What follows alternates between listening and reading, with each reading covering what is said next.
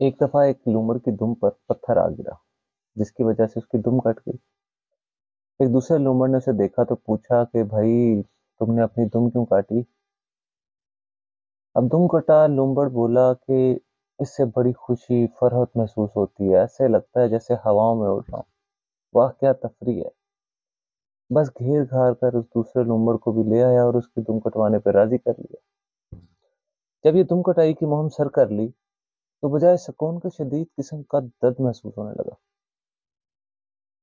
تو لومڑ نے پوچھا، میاں جھوٹ کیوں بولا مجھ سے؟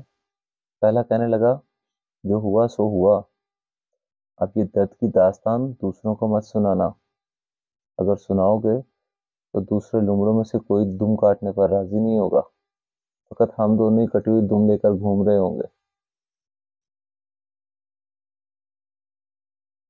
اب اس کا نتیجہ یہ نکلا کہ لومڑوں کی اکثریت دم کٹی ہوگی، اور اب حالت یہ ہو چکی ہے کہ جہاں پر بھی کوئی دم والا لومڑ دیکھا جاتا ہے تو اس کا مذاق اڑایا جاتا ہے۔ یہ واقعہ سنانے کا مقصد یہ تھا کہ جب معاشرے میں برائی عام ہو کر پھیل جائے، وہاں نیکوکاروں کو ان کی نیکی پر تانے دیے جاتے ہیں اور احمق لوگ ان کا مذاق اڑاتے ہیں۔ ہم جس دور میں زندہ ہیں، لوگ اپنے گناہ پر غرور کرتے ہیں، بڑے فخر سے بتاتے ہیں کہ ہم نے یہ کارستانی کی ہوئی ہے، ہم نے یہ کام کر لیا ہوا ہے اس قوم پر۔ اس کے بارے میں آپ کو بتاتا ہوں کہ حضرت کعب رضی اللہ تعالیٰ عنہ فرماتے ہیں کہ لوگوں پہ ایسا زمانہ آئے گا کہ مومن کو اس کے ایمان پر ایسے ہی آر دلائی جائے گی جیسے کہ آج کل بدکار کو اس کی بدکاری پر آر دلائی جاتی ہے، یعنی شرمندہ کیا جاتا ہے۔ یہاں تک کہ آدمی کو تنزن کہا جائے گا کہ واہ بھائی، تم تو بڑے ایماندار ہو۔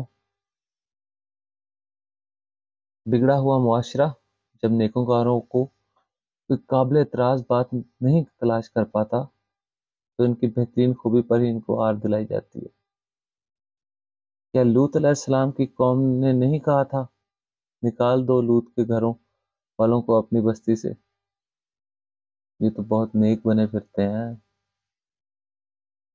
اور یہی ہمارے معاشرے کی حقیقت ہے۔ ہم لوگ اللہ سے ڈرتے نہیں ہیں، ہم اللہ سے ڈراتے ہیں اپنے پرسنل بینیفٹس کے لیے۔ نہیں یقین تو اپنے گھر والوں کو دیکھ لو، تم انہیں اللہ کی کوئی بات بتا کر ڈرانے کی کوشش کرو گے تو وہ تمہیں اس سے بڑی بات سے تمہیں ڈرا دیں گے۔ وہ ہم ہدایت نہیں پانا چاہتے، ہم ہدایت دینا چاہتے ہیں، اور ایسی کم عقلی کی ہدایت نقصان دہ ہوتی ہے۔ نہیں یقین تو ہمیں اپنے آپ کو دیکھ لو، ہماری سے پچھلی نسل نے یہی کاروائی ہم پر کی تھی اور اس کا اثر آج ہم ہے۔ اب دیکھو ہم اگلی نسل کے ساتھ کیا کرتے ہیں، ہم انہیں آباد رہنے کے قابل رکھتے ہیں یا برباد کر کے چھوڑتے ہیں۔